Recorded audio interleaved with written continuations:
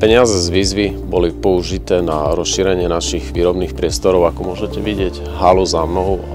Bola to veľká pomoc pre nás, pretože nám to dalo ďalšie možnosti rozšíriť výrobné kapacity našej spoločnosti, čo bolo pre nás veľmi zlomové a z vlastných financií, ak by sme to mali celé zrealizovať, tak by to bolo veľmi náročné.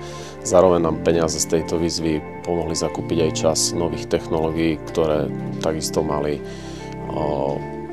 veľmi ako keby kladný vplyv na to, že sme konkurencieschopní na trhu a môžeme prinášať nové produkty.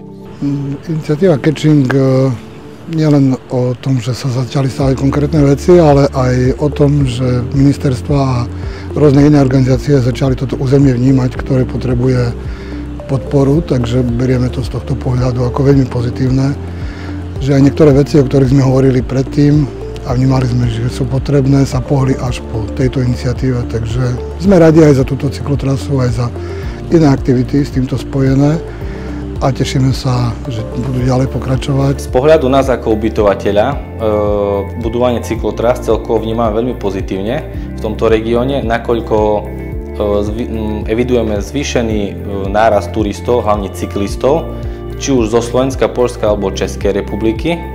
A taktiež veríme, že tento trend bude naďalej pokračovať a že bude tá cyklotrasa dobudovaná aj na trase Zboj a Nová Sedlica. Bez takéto pomoci by sme sa do takéhoto projektu nepustili, lebo je to veľmi finančne náročné a aj tá dotácia, ktorá bola vo veľkej výške s dobrým percentuálnym spolufinancovaním. Bola možnosť získať nejaké finančné prostriedky na ubytovanie, takže to bolo tiež jeden z popudov.